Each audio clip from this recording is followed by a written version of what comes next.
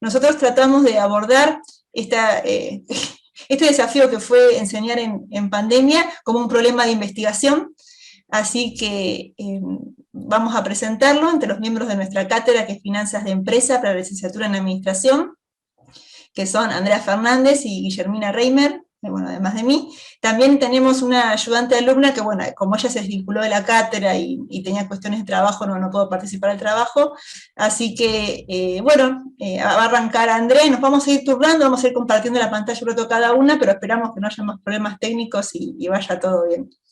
Hasta luego. Bueno, buenas tardes a todos. ¿Se escucha? Sí, Bien. Adelante. Perfecto. Bueno, el objetivo de nuestro trabajo era describir la experiencia que tuvimos por la enseñanza mediante la modalidad de aula invertida.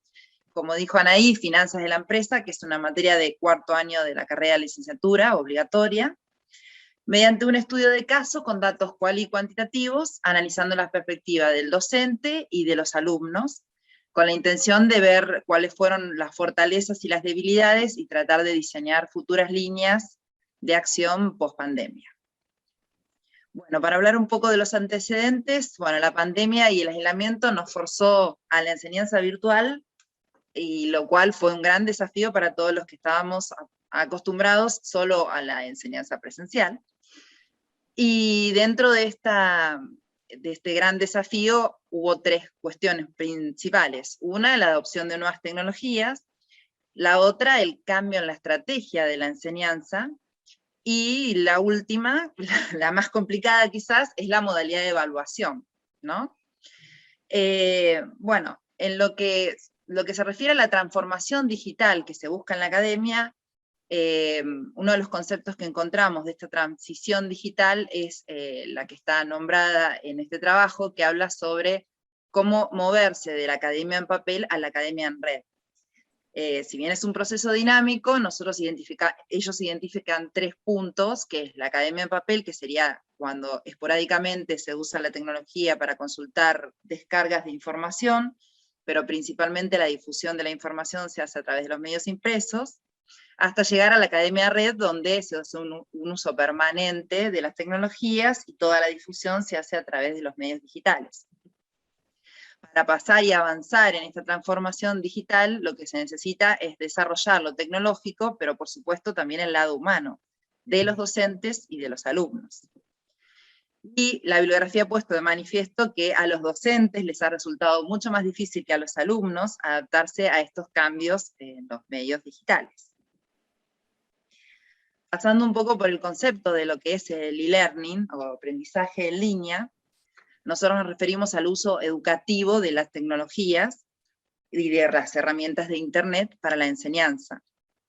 Y hemos encontrado que hay una diferencia muy grande entre el aprendizaje en línea y la enseñanza online de emergencia, que fue lo que tuvimos que hacer, porque básicamente requiere de una planificación de la tarea de la enseñanza y de la academia con mucha mayor anticipación y profundidad. Se habla de distintos métodos de migración hacia la parte académica en red, que puede ser o una migración asistida externamente, que sería el uso de las plataformas web 2.0, en este caso, en la Universidad Nacional del Sur usamos Moodle, y la otra es la migración externa integrada, que ahí sería utilizando estas plataformas 2.0, integrada con plataforma propia de la universidad, y además los sistemas especie de Classroom o Zoom, ¿no? Todo integrado. Y un aspecto clave de lo que es el e-learning o núcleo son las grabaciones en clase, que tienen sus detractores y quienes hablan a favor, ¿no? Desde el punto de vista de los docentes, los problemas más grandes que existen respecto de las grabaciones de las clases es, por un lado, la sensación de que si uno comete un error en una clase, eso va a estar perpetuo por siempre en acceso a todo el mundo. Después está la cuestión de la propiedad intelectual, la falta de competencia que por ahí los docentes teníamos al momento de editar los videos, la pérdida, desde el lado de los alumnos, la pérdida de habilidad de tomar notas, y el miedo de que los videos se transformen en la principal fuente de enseñanza y que no se vaya más a la bibliografía a terminar de sacarse una duda, y la inasistencia, o sea, la posibilidad de que por el hecho de que están grabadas las clases ya no se asistan a las clases sincrónicas. Y eso obviamente termina en perjuicio del alumno, porque ya no se crea la clase durante el dictado junto con el alumno. Sin embargo, hay autores que definen que las grabaciones en realidad lo que generan es un fuerte compromiso de parte del alumno para entender los conceptos, que lo ayuda el hecho de poder controlar la velocidad de la clase, y que es como una especie de red de seguridad. Y otros autores manifiestan que no hay ninguna evidencia respecto de que las grabaciones en clase mejoren el rendimiento de los alumnos. En cuanto al concepto de aula invertida, se refiere a que la presentación de los contenidos que usualmente se hacían en la clase presencial, ahora se hacen en el hogar, a través de estos videos, y luego en la clase sincrónica el docente ayuda al alumno a comprender los conceptos que no haya llegado a entender en el momento del video, mediante preguntas y diferente tipo de análisis. Esto tiene un punto de vista muy positivo, que es mejorar la performance del aprendizaje y dar mayor satisfacción a los alumnos. Hay un desafío mucho mayor para el docente, porque es el que tiene que hacer esos videos claros y atractivos, pero tiene un punto negativo en los alumnos que no son capaces de programar sus tiempos y prepararse antes de la clase, porque no puede hacer el uso eficiente de la clase, y obviamente termina en un perjuicio académico. Bueno, en cuanto a la metodología de investigación o del trabajo que hemos hecho, es un estudio de caso holístico con diseño mixto, de exploración, alcance exploratorio descriptivo. El caso de estudio es nuestra cátedra de finanzas de la empresa, que es una cátedra que tiene 44 clases, la mitad son clases teórico-prácticas, luego tenemos un 30% de clases prácticas, un 7% que son de consulta, y un 14% que son clases de evaluación, porque tenemos 3 parciales y 3 recuperatorios.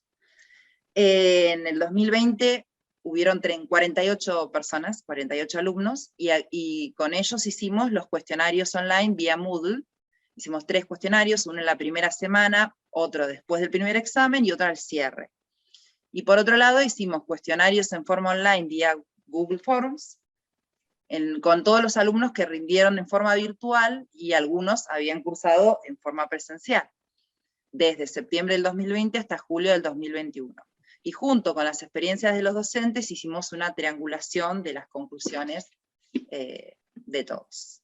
Ahora las dejo con Guille para que les empiece a contar los resultados. Bueno, buenas tardes. Ahí comparto.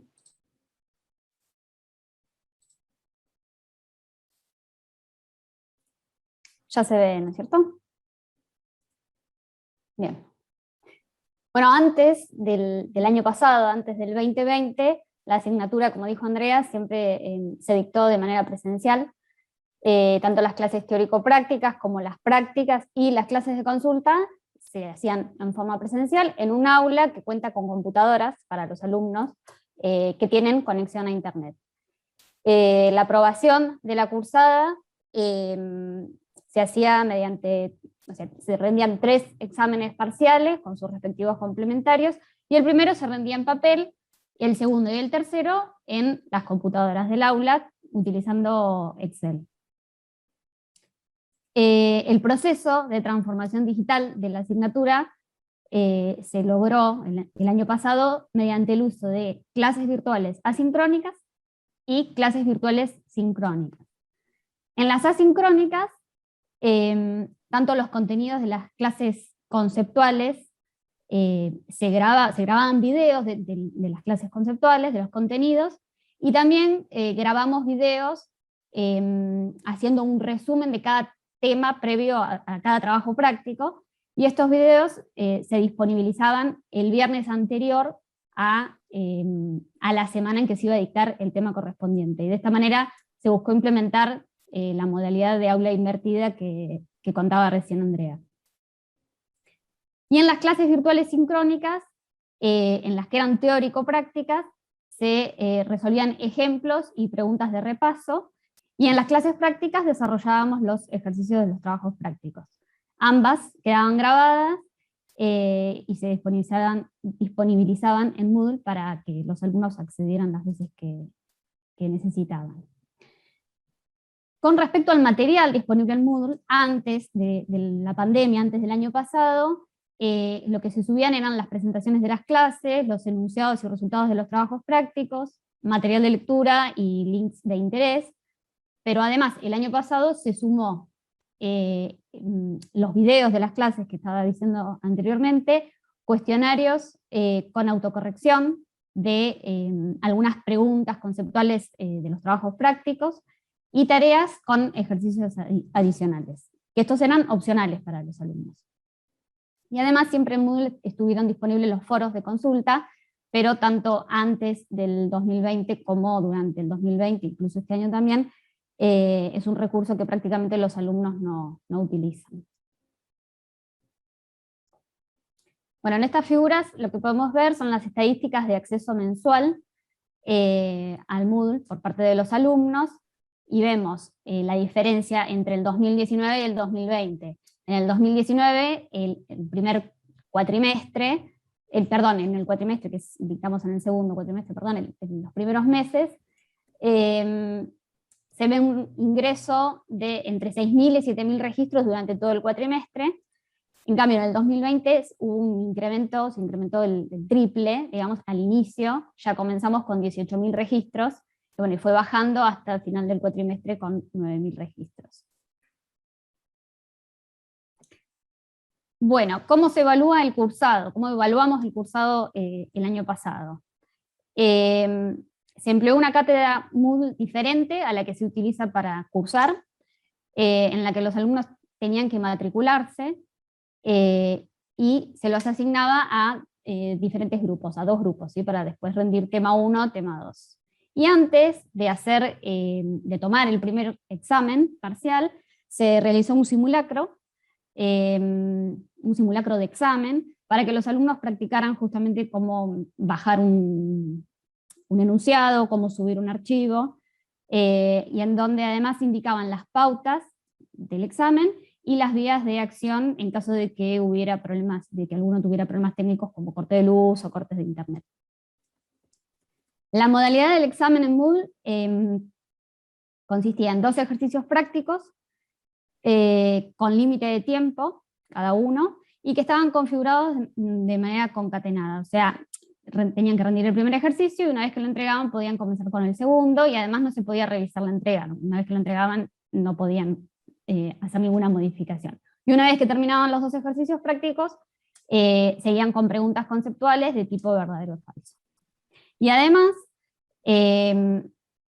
nos reuníamos todos, tanto alumnos como docentes, en una reunión de Zoom, con la cámara encendida, y nos separábamos en salas, cada sala a cargo de un docente, y los alumnos presentaban el DNI a la cámara, y se dejaba estipulado también que las consultas debían ser por el chat de Zoom. Y con respecto al examen final, regular, siempre se consistió en una entrevista individual con la docente titular, y esta modalidad se mantuvo, pero implementando la entrevista por videoconferencia. ¿Sí? La entrevista dura aproximadamente 30 minutos, se mantuvo eso, y el día anterior al examen se le enviaba un mail al alumno con el link de acceso, y además se estableció un cronograma de turnos por alumno.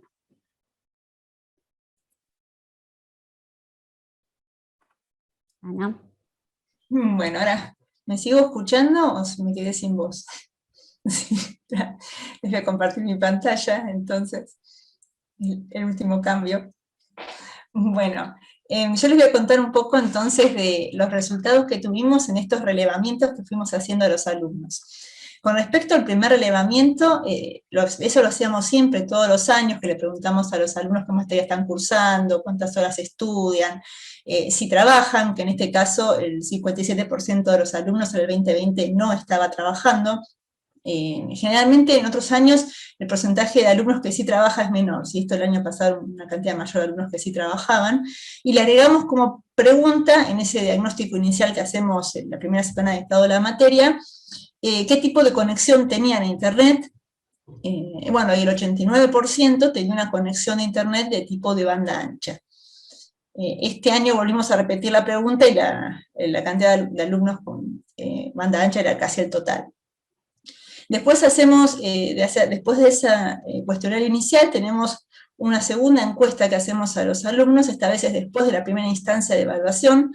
Como contaban las chicas, nosotros tenemos 3 instancias de evaluación, no tanto porque seamos tan malos, sino que en realidad es algo que surgió de los mismos alumnos, ¿sí? Antes teníamos 2 exámenes parciales y los alumnos se quejaban que eran muchos contenidos muy complejos, y ya hace unos años que hemos instaurado los 3 exámenes parciales.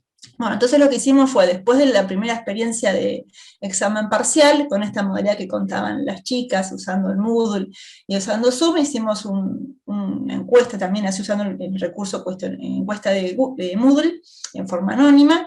En este caso nos contestaron 35 alumnos sobre los 48 que había inscriptos, una buena tasa de respuesta, 73%, y les preguntamos, bueno, ¿cuáles de los recursos les resultaron más útiles durante este primer mes de cursado virtual?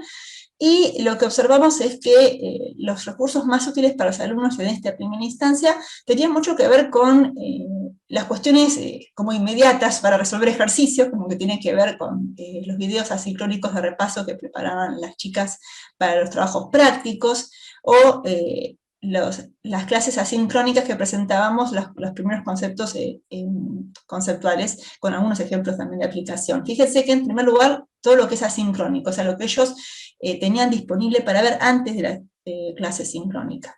Y también se le da mucha importancia a las clases sincrónicas que se desarrollaban las chicas, los trabajos prácticos. Esto es algo que históricamente ocurrió en la materia, más allá de la presencialidad o virtualidad. Los alumnos tienden a ver siempre una dicotomía entre la teoría y la práctica, como si fuesen cosas que se pudieran separar, lo cual es un grave error, ¿sí? Que lo lleva a veces a intentar resolver ejercicios como en forma mecánica o automática, y esto, digamos, no es culpa de la virtualidad, es algo que siempre ha venido ocurriendo, es algo que a lo largo de la materia los alumnos logran ir madurando, o bueno, o se quedan en el camino.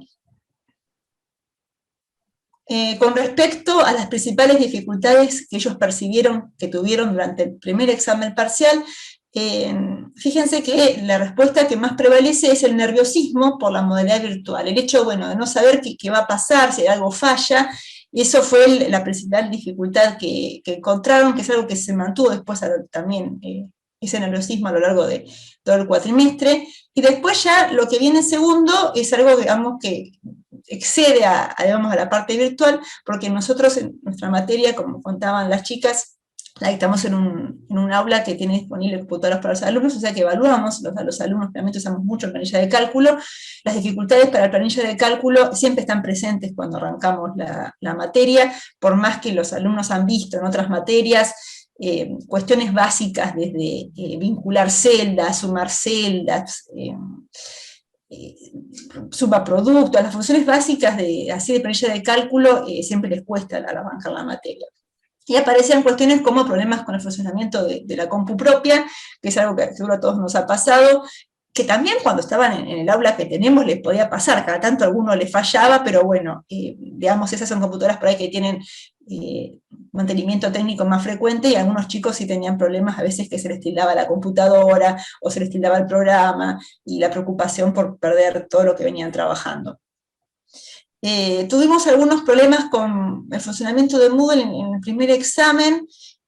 Por ejemplo, lo que decíamos, nosotros teníamos una cátedra Moodle separada, que los alumnos se tenían que matricular. Por supuesto, el día del primer examen, 2 o 3 que no, profesora, no puedo ver dónde está, bueno, no se habían matriculado, había que matricularlos, subirlos a un grupo para que puedan ver el examen. Algunos también, el tema de los tiempos por ejercicio, bueno, no llegaron a mandar los ejercicios, tenían que mandarlos por mail. Eso fue como un aprendizaje que, si bien los chicos habían tenido ya un primer cuatrimestre virtual, siempre algunos ahí quedaban, hasta que aprendían esas cosas, que después en el resto de los exámenes no fue tan grave. También les preguntamos las dificultades generales que percibieron durante ese primer mes de cursado, y bueno, como pueden ver, las primeras cosas de nuevo no tienen tanto que ver con la virtualidad, sino con cuestiones generales, como la imposibilidad de mantener la materia al día, lo cual tiene tanto que ver como con la complejidad de por ahí los conceptos que enseñamos en finanzas, que para los alumnos de la licenciatura de administración es una de las materias más complejas, o que más les cuesta y que más miedo tienen, también con los requerimientos simultáneos que ellos tienen de las otras materias que están cursando. Y fíjense que recién en cuarto lugar tenemos algo que está vinculado directamente con la parte virtual, que es que les daba vergüenza hacer preguntas en este sistema virtual, lo cual cuando uno está presencial, por ahí el alumno aprovecha alguna cuestión en un momento que lo llama y uno va al lado y lo puede charlar, pero esto de poner la cara y hacer públicas las dudas durante la clase es algo que en general algunos no se sentían cómodos. Y de hecho, como uno observa como docente, en general siempre los que participan tienden a hacer lo mismo, por ahí los más extrovertidos. Problemas para comprender el funcionamiento de Moodle no hubo. ¿Sí? Como decían las chicas, Moodle se viene usando hace bastante. Nosotros lo que sí lo usábamos muy poco, comparado con lo que hemos llegado a usarlo durante el 2020 y este año. Por ejemplo, nosotros siempre tomábamos, como les decíamos, los exámenes en computadora, pero al principio, no sé por qué no se nos ocurrió, pero en vez de usar Moodle, juntábamos con un pendrive los exámenes, después se nos ocurrió que los manden por email, lo cual era un guía porque los alumnos dónde lo mandaban. Y la verdad que ahora, el año pasado, bueno, hay un recurso que es Tarea, que es fantástico para que los alumnos puedan subir ahí el archivo, que por supuesto cada tanto se equivocan y adjuntan el archivo que no es, pero la verdad que estábamos utilizando Moodle fuertemente porque usábamos únicamente para compartir algunos documentos, ¿sí? Pero todo el resto de las herramientas interactivas que tienen no lo estábamos usando. Bueno, el formulario tenía también un campo así abierto de comentarios. Ahí los alumnos se quejaron, digamos, básicamente de la cuestión de los límites de tiempo por ejercicio, que es algo que en el formato presencial no existía, porque ellos podían arrancar cada ejercicio, ir, volver, repasarlo, incluso con las preguntas de tipo verdadero o falso, que también son un cuestionario. Una vez que ellos, digamos, terminan los ejercicios, pueden hacer el cuestionario, pero si después querían volver a revisar los ejercicios no podían. Se quejaron de que ellos preferían la flexibilidad en el examen. Por supuesto, estos límites y esta concatenación que ponemos era una forma, no sé si un tanto ingenua, pero bueno, tampoco que tenemos para tratar de poner límites, ¿no? al examen grupal, digamos, a que lo hagan el examen en forma grupal. Y con respecto a la modalidad de habla invertida, que esta fue otra innovación que hicimos, no dimos las clases como las veníamos dando, sino que los alumnos tenían que ver el material antes de venir a la clase. Entonces la clase sincrónica no era expositiva, sino que buscaba ser de repaso, o de ejercicios, o de preguntas. Bueno, y esto obviamente a los alumnos les mandaba mucho tiempo, como dice este comentario, ya que tenían que ver los videos antes de la clase y luego tener la clase, lo cual en tiempo total invertido en la clase probablemente eran por ahí 2 horas y media o 3 horas. Era más tiempo que ir a una sola clase presencial de 2 horas. Pero, digamos, algunos lo valoraron como que si realmente lograban llevar al día la materia y participar también de la clase sincrónica, esto les permitía ver en profundidad los temas. El siguiente relevamiento que le hicimos a los alumnos fue cuando terminó el cuatrimestre, o sea, después de todo el ciclo de exámenes, y acá la tasa la cantidad de gente que respondió, la tasa de respuesta cae. En general, una vez que termina el cuatrimestre y los formatos de relevamiento de opiniones de alumnos que tenemos en la universidad, también pasa esto, digamos, suele responder el 20% de los alumnos. Acá, bueno, nosotros tuvimos una tasa un poco mejor, considerando la cantidad de gente que llegó al último examen, sería casi la mitad de los alumnos que respondieron. Y acá los recursos que ven ellos como más útiles tienen que ver ya más con tratar de comprender la materia que están haciendo, más que tanto de resolver ejercicios, pero esto podríamos pensar que eso, o porque los alumnos lograron madurar a lo largo del cuatrimestre en su forma de estudiar, o podría ser con una visión más pesimista, simplemente que fueron los alumnos que estudiaban de esta forma los que lograron llegar, digamos, al final del cuatrimestre. No es que hubo una maduración, sino que fue simplemente un sesgo de selección. Con respecto, bueno, a las dificultades generales durante todo el cuatrimestre, fíjense que sigue prevaleciendo siempre este nerviosismo por los problemas que puedan aparecer en la modalidad virtual, y aparece después los problemas de conexión a internet que subieron, digamos, en el ranking, porque obviamente a todos tenían siempre algún problema que se les desconectaba. Nosotros éramos muy exigentes con el tema del Zoom, que siempre tenían que tener la cámara prendida, y entonces que salían, que volvían, cuando uno entra en el Zoom y hay salas, vieron que uno entra como una sala general, que lo asignaban, y tenían que avisar, porque si se desconectaban mucho tiempo, sabían que la consecuencia era que tenían que rendir un examen oral, que se los tomaba yo, los cual, por supuesto, un examen oral los aterra en esta altura del cursado, entonces esto les ponía como presión para siempre tratar de estar conectados. Y fíjense que lo que es planilla de cálculo descendió notablemente en el ranking, digamos, de las principales dificultades. A lo largo de toda la materia vamos desarrollando otras herramientas, digamos, de planilla de cálculo, y los alumnos se supone que cuando llega al final es algo que tienen que manejar muy bien. Con respecto a las principales dificultades que percibieron durante el cursado de la materia, bueno, nosotros acá lo agregamos como una opción que antes no estaba, los requerimientos simultáneos, porque fue algo que los alumnos nos fueron comentando también a lo largo de todo el cuatrimestre, una cuestión, digamos, de que tenían que responder a muchos requerimientos y por ahí no llegaban a mantener el día de la materia, aparte de la complejidad propia que tiene la materia, ¿no? Y también fíjense que sigue dentro de los principales puestos esta vergüenza para participar en las clases que son virtuales. Lo cual a los alumnos más tímidos, digamos, los limita en la posibilidad de hacer consultas en clase. Con respecto al último relevamiento de información que hicimos, que esto tiene que ver con los alumnos que rindieron el examen final regular, este examen final regular que, como contábamos, es siempre una entrevista oral, tiene la gran ventaja para nosotros que sabemos que ahí los alumnos sí o sí están resolviendo un examen en forma individual y que tienen que haber estudiado, porque es imposible por la naturaleza de la entrevista, las preguntas que hacemos, que en ese momento, digamos, tengan una ayuda externa. Bueno, acá el cuestionario lo hicimos ahora en agosto, y cambiamos un poco por ahí la modalidad de las preguntas. Ya no preguntábamos solo cuál recurso te resultó útil, sino qué tan útil te resultó cada recurso, para tener más riqueza, digamos, en las respuestas, y vemos que ya para el momento que tienen que estudiar para el final de la materia, todo lo que hacen las clases, digamos, que presentan conceptos, o hacen repaso de temas, son las que tienen más importancia. También le dan mucha importancia a lo que son las clases de consulta adicionales. Nosotros, aparte de las 6 horas de dictado de materia que tenemos por semana, cada docente tiene 2 horas de consulta semanales, es decir, que tienen 8 horas extra de horas de consulta, que las usan muchísimo, sobre todo cerca de las fechas de exámenes parciales, o bueno, cuando están preparando un examen final. Nosotros hicimos la época de temporada alta. Aparece un poco más relevante lo que es la consulta de la bibliografía recomendada, pero cuando después les preguntábamos, en una pregunta, digamos, de campo abierto, bueno, ¿qué bibliografía habían usado? La tercera parte solamente había accedido a los recursos que compartimos en Moodle. Nosotros compartimos en Moodle tanto trabajos de nuestra cátedra, como todos aquellos que, digamos, los autores nos autorizan, como por ejemplo los trabajos de Ricardo Fornero, o los que no tienen restricciones de copyright, pero no van a encontrar un capítulo del libro de Billy Myers, ¿sí?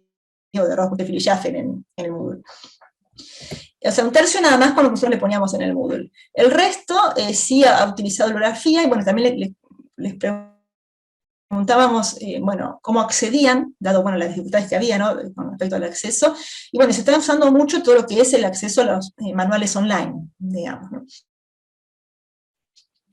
Y agregamos esta última opción, que esta opción nos la sugirió Gabriela, porque decía que a ella le habían dicho, Gabriela da la materia con Gastón, la materia que es similar a esta, pero para la carrera de contador, que a ella le habían dicho que los alumnos miraban videos de YouTube, de otros, digamos, bueno, lo que hacíamos nosotros, y la verdad que sí, los alumnos, cuando les preguntamos, encontramos que parece que es bastante popular que miren videos de otros, pero parece que, bueno, no les dan tanta utilidad como al resto de los recursos. Con respecto bueno, los comentarios generales de los chicos que rindieron el examen final, les preguntábamos, bueno, qué utilidad habían tenido para ellos las consultas, sobre todo comparando con los que habían tenido oportunidad de asistir a consultas presenciales, y bueno, como nuestro campus en la universidad está alejado del centro, Entonces, para ellos poder hacer la consulta conectándose 15, 20 minutos a una charla de Zoom, o del Google Meet, y no tener que ir hasta el campus y volver, sobre todo para los que no tienen movilidad propia, realmente les implicaba un beneficio muy grande, en ahorro de tiempos y costos de traslado, se podían organizar mejor los tiempos.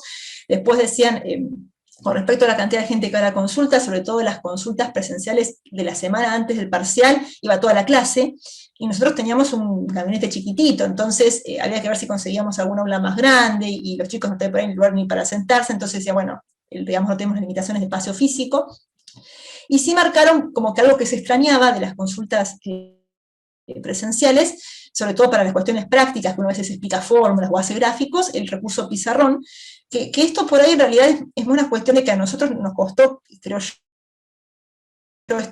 usarlo, porque, por ejemplo, mi marido es profesor de matemática, y él usa una tableta gráfica, y explica obviamente todo fórmulas y todo gráficos, y le sale muy bien. Nosotros compramos este año una tableta gráfica para compartir, la verdad es que a mí me salió horrible, y todavía no he logrado dominarlo, pero bueno, hay otra gente, vieron, que se enfoca, tiene un pizarrón atrás y se enfoca para ir graficando, pero bueno, esto es algo que los alumnos extrañaban, digamos, lo que era el pizarrón para las explicaciones. Con respecto a las inquietudes o temores que tenían sobre el examen final virtual, bueno, como siempre la preocupación es esta, bueno, de los problemas que puede haber durante el examen, si se me corta internet, les aclarábamos que se tenían que volver a mandarnos un email, incluso una alumna que tuvo muchos problemas, terminamos haciendo el examen por teléfono, digamos, siempre tratábamos de que hubiese alternativas, de dejarnos tranquilos que ese no iba a ser algo que los afectara, digamos, negativamente, si había un problema de internet. Incluso alguna vez creo que yo no tuve internet, no tuve una mañana y tuve que pasar los exámenes de día, ¿no? Esas cosas que nos pasan. Y si los alumnos prefieren rendir el examen oral, que como decía, acá el examen es exactamente el mismo, es una entrevista, incluso si yo les hago preguntas que tienen que graficar o escribir algo, por ahí les pido que me lo muestren a la cámara o que me lo manden por mail, o sea, en eso no cambió, como que sí cambiaron mucho los exámenes parciales. Bueno, y los alumnos prefieren rendir cara a cara o prefieren rendir con la pantalla en el medio. Y eso parece ser una cuestión de gustos de cada alumno. Por ejemplo, y acá rescatamos dos opiniones. Una persona decía que la experiencia fue muy satisfactoria, rendir desde el hogar permite muchas veces sortear un poco mejor los nervios y la ansiedad, parece que se ha sentido menos nerviosa. Pero acá otra persona decía que estaba más nerviosa y ansiosa de lo habitual por miedo a la falla de conexión. Dice, bueno, igual me sentí muy cómodo, aunque no fluye, digamos, o no se puede conectar de la misma forma que en manera presencial. O sea, es una cuestión de preferencias de cada alumno. Como comentarios generales que nos dejaron los alumnos, que en esta encuesta, chicos que rindieron el examen final, decían, bueno, de manera virtual organicé mejor mis horarios, accedí a clases y consultas que en otro momento por trabajo o cuestiones personales no hubiera podido. Esta cuestión de las clases grabadas es algo que han resaltado mucho los alumnos, incluso antes que nosotros del 2020 solían tener la costumbre los alumnos de grabar audios durante las clases, y yo en particular hablo muy rápido siempre, o sea que se imaginan que pobres chicos no debe ser fácil transcribir esos audios. Y en cambio ahora, teniendo el video, que lo pausaban, lo cambiaban, y sabían que era una versión, digamos, que no era apócrifa y que habían grabado como pudieron, sino que la tenían a mano siempre, se sentían como muy tranquilos de tener siempre ese backup del video. Y todo el tiempo nos vienen repitiendo incluso los alumnos de este año, ¿no? Como que tienen miedo de perder esa grabación.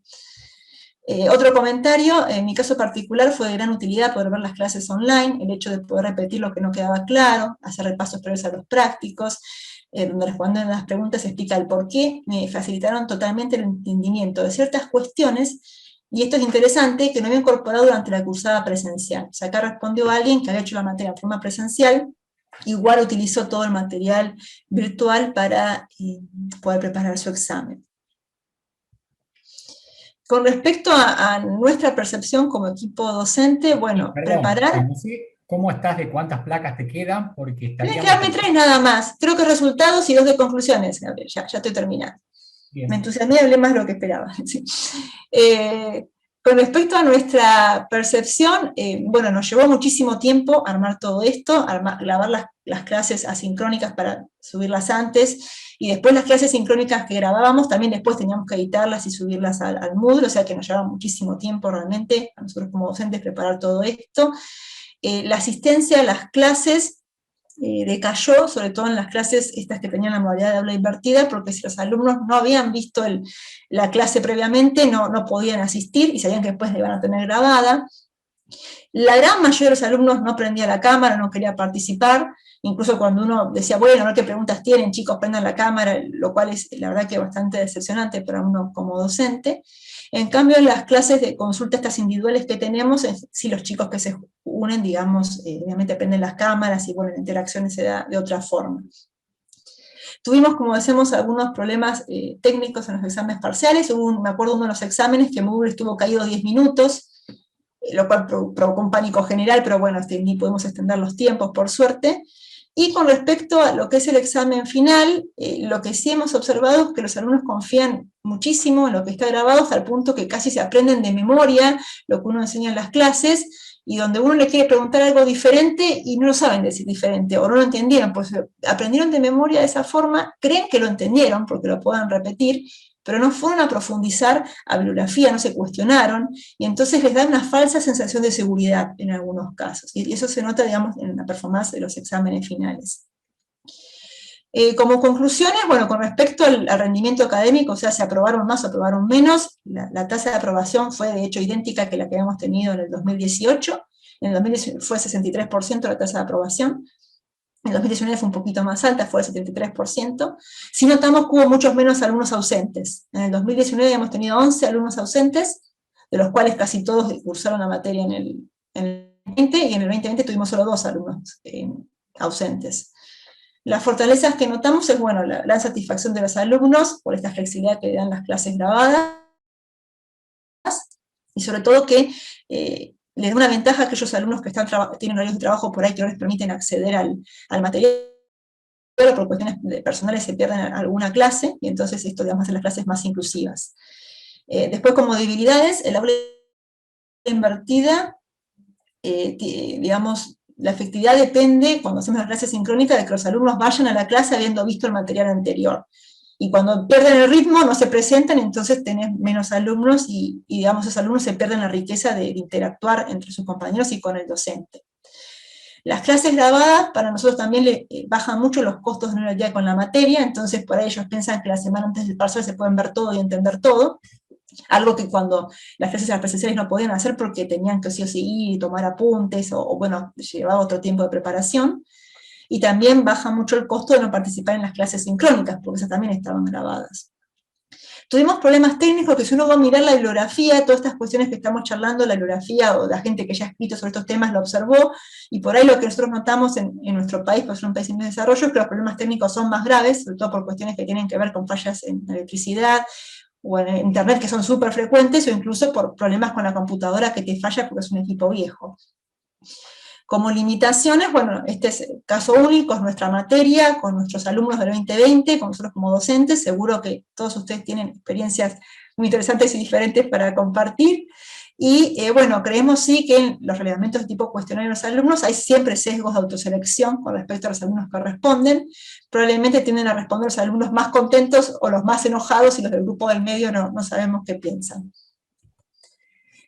Como, no sé, preguntas para plantear, o cosas que nos quedan para pensar, de qué formas las universidades brindan tanto a alumnos como a docentes herramientas para encarar estas nuevas tecnologías, digamos, qué apoyo tenemos a nivel pedagógico con estas nuevas tecnologías, cuál es el impacto que el aprendizaje online tiene en la participación de alumnos que potencialmente serían ausentes en la presencial, y que probablemente terminan yéndose a universidades que brindan un dictado virtual, digamos, para toda su carrera.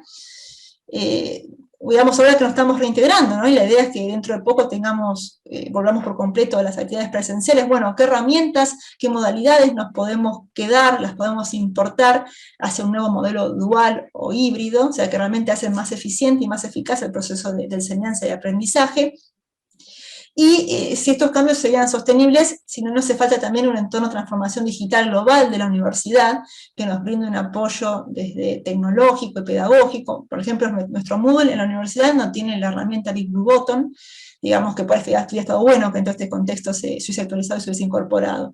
O también sé que la cuestión de conseguir cuentas de Zoom, eso lo puede costar Gastón, fue bastante complejo también, entonces hace falta un apoyo, digamos, institucional para continuar con estas cuestiones. Bueno, y eso es todo. Así que muchas gracias. Bueno, muchas gracias a las expositoras. Para que más o menos organicen los tiempos en las respuestas, hay 4 preguntas y después hay unas palabras de cierre a cargo de Martín, con lo cual, bueno, les doy primero la palabra a los que pidieron por el chat, que son, empecemos por Roberto Gileri. Bueno, muchas gracias, Anaí, un gusto de volver a tener contacto contigo. Muy interesante también la presentación de Andrea y Guillermina. Yo me había anotado 5 puntos, pero siguiendo las instrucciones del moderador lo voy a reducir a 2. El primero está relacionado... La podemos ver por email después, Roberto. Después la seguimos, sí. El primero está relacionado a la cátedra abierta. A ver, yo creo que podría haber un efecto SADAF, así le llamaría yo. ¿Y qué significa esto? SADAF tiene un potencial muy grande y la cátedra abierta implicaría que podemos generar Zooms para, por ejemplo, tener clases compartidas donde puedan estar un docente de una universidad y otro de otra universidad, y en el Zoom tengamos todos juntos nuestros alumnos para esa clase, acordemos el tema, y creo que esto es fantástico. Ya se ha hecho, por ejemplo, en tecnología, y ha sido muy exitoso, ¿sí? Bueno, me gustaría conocer el pensamiento de ustedes, y bueno, también tendría que ser una iniciativa que podría impulsar SADAF y ver cómo la armonizamos. Y lo segundo que quería preguntarte es, escuché por ahí en tantas actividades que hay sobre este tema de la reinvención de la educación, que la vuelta a la presencialidad ya no va a ser nunca más como fue antes, es decir, que si hemos grabado, digamos, ya clases asincrónicas que tienen todas las ventajas que vos dijiste, entonces no tiene sentido que volvamos a la presencialidad para repetir lo que ya está grabado en las clases asincrónicas, aunque las mejoremos, las hagamos de nuevo, en fin, sino que la vuelta a la presencialidad tendría que tener una instancia de valor agregado para, digamos, interactuar con los alumnos de algún tema que ya pasó, pero que no hagamos lo mismo que hacemos en las grabaciones, ni desde los aspectos conceptuales, ni desde las formaciones prácticas, sino que hagamos algo distinto, que tenga una movida más hacia cuestiones que estén más cerca de la realidad, como pide CONIAU en todos estos procesos de acreditación. Me gustaría conocer la opinión de ustedes. Gracias. Gracias, Roberto. Sí, la posibilidad de hacer cátedras integradas, así, interuniversitarias, sería fantástico, porque creo que puede ser muy enriquecedor para todos. No recuerdo cuál es el límite del Zoom de la cantidad de gente. Nosotros tenemos más o menos 40, 50 alumnos, así que podríamos sumarnos con gente, digamos. Gastón y Gabriela creo que tienen más de 200, por ahí se complica, pero, digamos, con grupos más pequeños lo podemos hacer. Y sí, yo creo que, como decís bien, esto nos cambió todo. Y entonces, nosotros, esta idea del aula invertida tiene un poco de eso, de buscar que el encuentro sincrónico, el encuentro o sea presencial o virtual con el alumno, tenga un valor agregado. Entonces, esos conceptos, por ejemplo, explicar qué es el valor actual neto, cuáles tiene conflictos con la TIC, todas esas cuestiones que uno cuenta y que son los mismos año tras año, ¿no? No cambia el concepto de mano, de tiro modificada. Eso es verdad que puede quedar la clase grabada y aprovechar la clase que uno se encuentra con el alumno. Nosotros tratamos de hacerle preguntas de repaso, preguntas que los hagan pensar, plantear problemas, a tratar de vincular con noticias de la realidad. Ahora, eso requiere que el alumno haya visto el material antes, porque si no va a la clase y está pintado. Entonces te baja la asistencia a clases. A nosotros observamos eso, te baja la asistencia a clases, pero la clase es más interesante. Perdón, queda planteado además la propuesta de Roberto para estudio, digamos, lo paso al tema porque hay varias personas más anotadas y quizá el mismo tema vuelva, pero queda planteado, está claro la propuesta de Roberto. Muchas gracias. Miguel, por favor. Gracias, Gabriel. Muy bueno, Anaí y equipo, por la exposición. Brevemente, les comento que yo hace 10 años fui incitado por la UBA a hacer la primera cátedra virtual asincrónica de plataforma Moodle. Mi experiencia fue, digamos,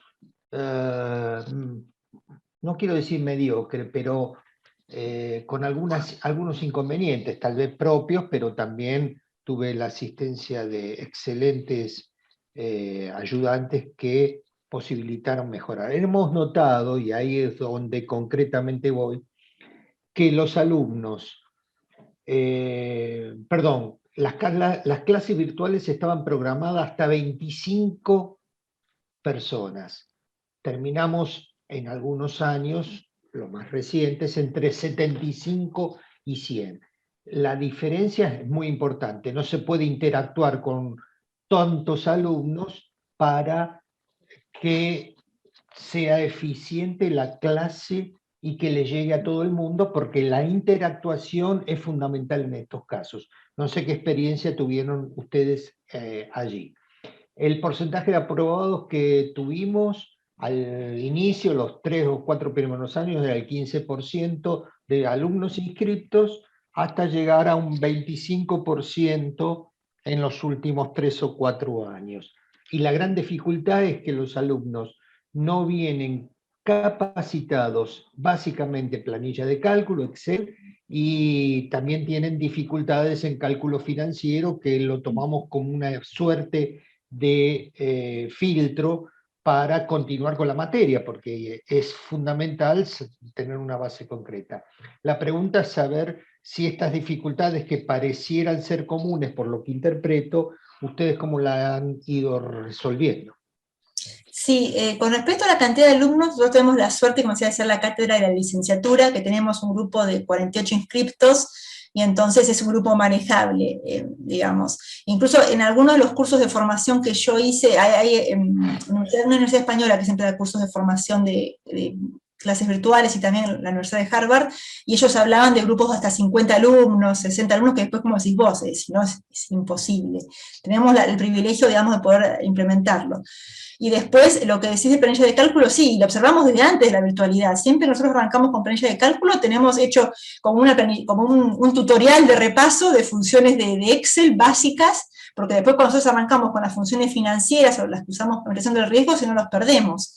Entonces, al principio, de cuando arrancamos con la unidad de evaluación financiera, que es cuando más usamos eso, tienen los chicos como un tutorial, no dentro de la clase, no lo damos, sino es material que ellos tienen para verlo. Pero lo que es planilla de cálculo y matemática financiera, sí, observamos lo mismo, y hace muchísimos años, digamos, venimos observando ese problema.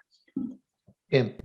En el orden que me propusieron es Gustavo Guglielmetti. Dale, bárbaro. Grande Anaí, Andrea, Guillermina, buenísimo haber tomado tan en serio la recopilación del feedback de los chicos del curso, buenísimo. Uno va percibiendo estas cosas, pero tomar el rigor de documentarlo y además compartirlo, espectacular. Me quedó un aspecto ahí que por ahí quizás no lo charlaron demasiado, o no fue el foco de la presentación, el tema de la evaluación. ¿Qué hicieron al respecto? Porque obviamente los chicos, dentro del tiempo que tenían para rendir, podían trabajar a libro abierto y podían tener algún espacio para las ayudas vía las redes sociales, vía grupos de WhatsApp, etc. Y en nuestro caso no teníamos mucho poder de exigir cámaras que enfoquen la pantalla, les veíamos las caras, y desde la dirección tampoco nos permitían exigirles verles las caras. Si se les apagaba la cámara, como docentes no podíamos hacer mucho. ¿Cómo abordaron el tema de la copia? Obviamente con preguntas más de razonamiento, más buscando un poco la interpretación, seguramente. Ese aspecto me quedó consultado. Sí, los alumnos... Sí. No, los alumnos dirían que podían tener todos los libros a su disposición, pero no podían contestar las preguntas de Anaí. No había forma. O sea, era para pensar muchísimo. Pero en el 2020 no tuvimos problemas de copia, pero este año sí ya tuvimos problemas de copias. Al menos que nos dimos cuenta. Este año, sí. O sea, en 2020 yo no sé O sea, era libro abierto, eso estaba oficializado, es libro abierto, pueden tener todo lo que quieran, pero son individuales, decíamos a los chicos. En el 2020 no percibimos en el cursado problemas, por ahí los hubo. Igual nosotros, como decíamos, el examen final es obligatorio, no se promociona la materia y sabemos que para el final tienen que estudiar sí o sí. Y como es oral, no hay forma, ahí para el final la saben sí o sí la materia. Entonces teníamos como esa red de seguridad, si queremos decirlo, ¿no? Nos conformamos con eso, decimos, para el final la tienen que saber sí o sí, no escapan de eso. Este año nos pasó en el primer parcial que en estas preguntas verdadero o falso que me gustan mucho a mí, y como dice Andy, son siempre medio abiertas y tienen que pensarlas, no tienen una respuesta clara, que las corrijo todas yo en el cuestionario, y empecé a encontrar patrones de alumnos que estaban copiadas textuales idénticas en este año, que era alevoso y era como pensar que unos estúpidos no se van a dar cuenta. Entonces lo que hicimos fue poner desaprobado asterisco y les tomé un examen oral, que se recontra asustaron, bueno, hubo gente que reconoció, gente que no reconoció, y ahora, bueno, tenemos ahí a varios en, no sé si decir libertad condicional, mirándolo, pero saben que ahora la gente lo descubrimos, le dijimos varias cosas. El examen oral fue una experiencia, estuve todo el viernes pasado 8 horas tomando examen oral a los alumnos, fue frustrante porque me daba cuenta, no sé si por culpa de la carpeta abierta, que cosas básicas no me la podían contestar, pero, o es porque hasta no se estaban muy nerviosos, ellos tienen mucho miedo al examen oral, dirán que soy una bruja, no sé lo que era. Martín, bueno, por favor. Nosotros por ahí lo que usamos, las preguntas le podemos parametrizar el tipo de pregunta y las hacemos aleatorias. Si bien les tomamos más o menos las mismas, les entran en distinto orden y una vez que pasan a la segunda no pueden volver a la primera. Entonces es como que pueden recibir una ayuda diferida de los compañeros. Tienen que recibirla en ese momento, a la ayuda. Igual se las arreglarían para que los ayuden, ¿no? Pero bueno, bien. Gracias. Y sí, eso lo usamos también, pero como decís, siempre que sean menos tiempo que se pueden copiar. O sea, bueno, 10 minutos, sí. Listo, se cerró. Bien, Martín, por favor. Bueno, muchas gracias, chicas, me encantó el trabajo. De hecho, quiero ya ese trabajo. Solo como para que se queden tranquilas, los mismos porcentajes. Todo lo que han comentado es lo mismo que vivimos, creo que todos. Los porcentajes que ustedes decían de aprobación, a nosotros también se nos mantuvieron los mismos porcentajes.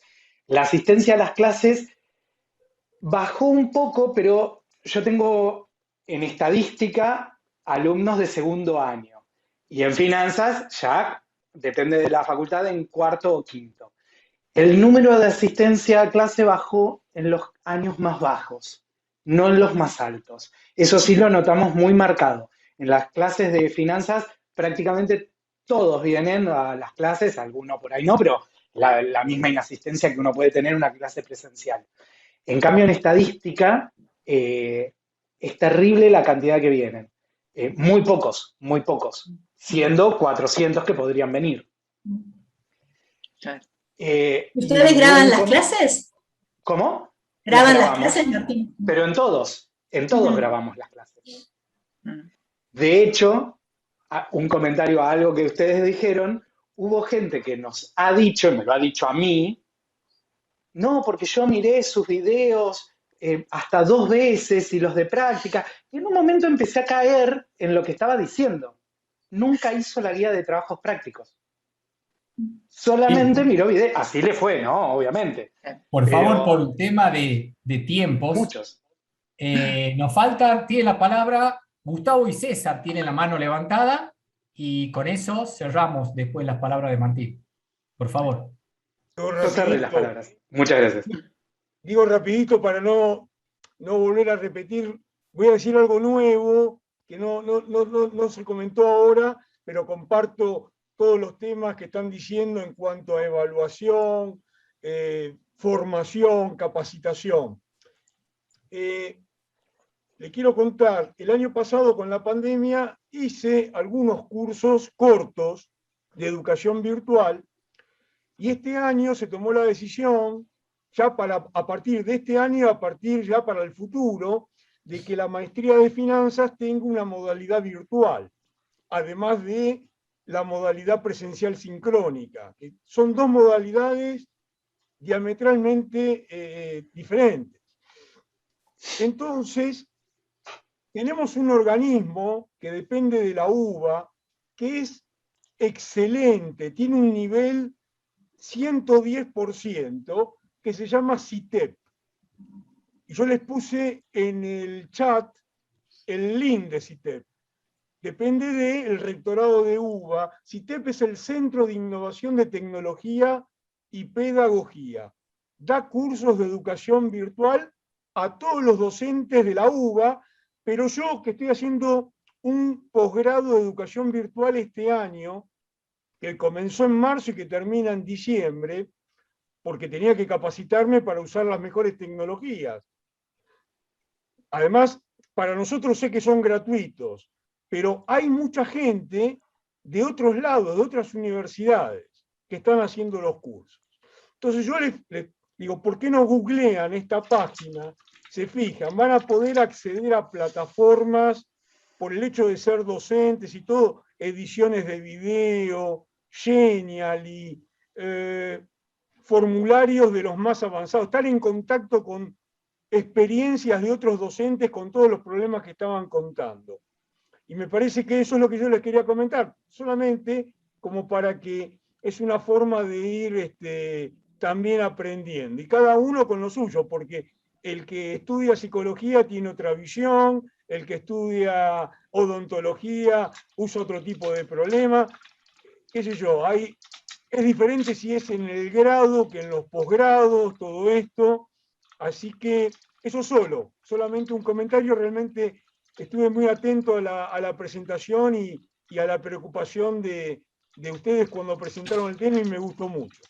Bueno, gracias Gustavo, eso no era una pregunta, o sea que ahí cerramos con el comentario y nos queda últimamente al último César y después el cierre de Martín. Por favor, César. Bueno, gracias Gabriel. Muy bien, te felicito Anaí, Andrea y Guillermina, la verdad que fue muy interesante. Ustedes saben que yo estoy en el Ministerio de Educación en políticas universitarias.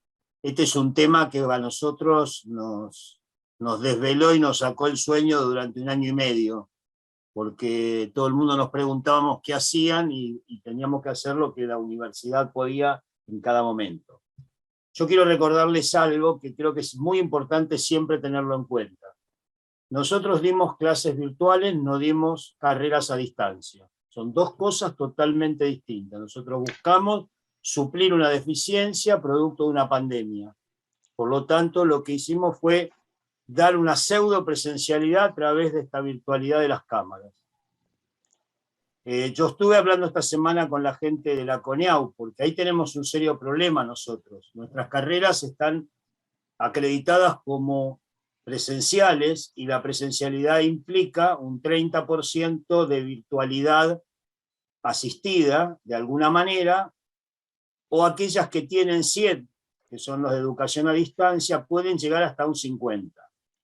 Entonces acá tenemos que pensar que no vamos a volver a la vieja presencialidad, 100 alumnos en 100 bancos en un aula. Esto seguro que no vamos a volver, porque no va a estar permitido, porque va a faltar algunas cosas y porque de alguna manera vamos a tener que buscar alguna alternativa.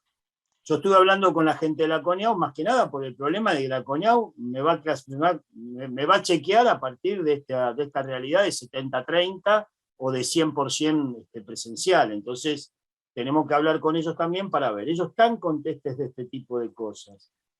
Están las modalidades de aulas que se denominan híbridas. Yo no encontré hasta ahora 3 personas que me dijeran la misma definición de aulas híbridas. No encontré. Y estuvimos hablando, estuvimos viendo a través del Ministerio buscando. Todas tienen una imagen distinta de lo que es un aula híbrida, ¿no? Uno piensa que el aula híbrida es un profesor dando clases a un grupo de alumnos presenciales y a otro grupo de alumnos en forma virtual y en forma sincrónica. Pero es mucho más complejo que eso, porque el profesor va a tener que trabajar con una pizarra, en donde la pizarra le tiene que aparecer al alumno que está en la pantalla, no al alumno que está presencial porque la está viendo. Bueno, en ese tipo de cosas no encontré 2 personas que me dijeran la misma definición de aulas híbridas. Entonces nosotros estamos trabajando fuertemente esto, pero quiero, mi tema era una reflexión. Para mí lo que hicieron fue brillante, lo que contaba anteriormente Gustavo, también es importante, porque creo que cada uno tiene su experiencia con respecto a lo que hizo en este tema. Obviamente, el riesgo de estos sistemas es la copia. Es el libro que uno tiene, que los chicos tienen abajo, que nosotros por la pantalla no lo podemos ver, y que bueno, que prenden y apagan la cámara, entonces uno no sabe qué hicieron.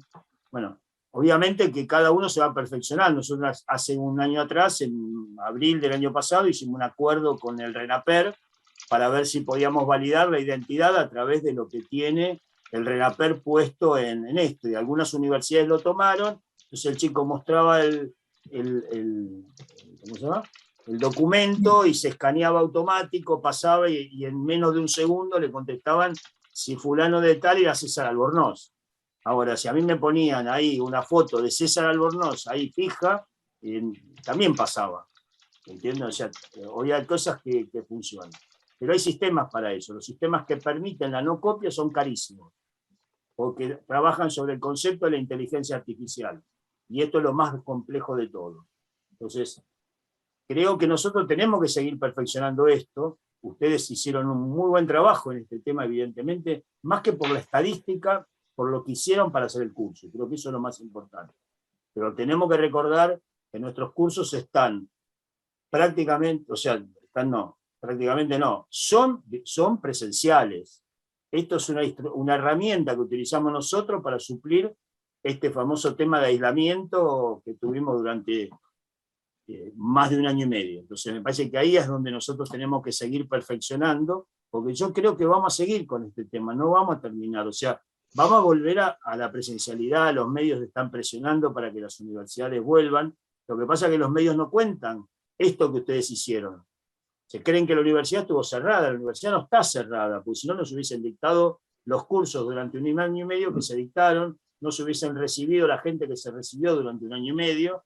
Entonces, es tendencioso la forma en que dicen las cosas, pero es cierto, las universidades estuvieron abiertas, bajo una modalidad distinta. Entonces, pero tenemos que pensar que nosotros vamos a trabajar, seguir con el concepto de la presencialidad. A lo mejor mezclándola. Yo hablé con el decano de mi facultad un día y le dije, mira, yo no sé si las 6 BH que tienen la materia nuestra, que es finanzas, no podemos hacer 4 BH presenciales y 2 BH virtuales.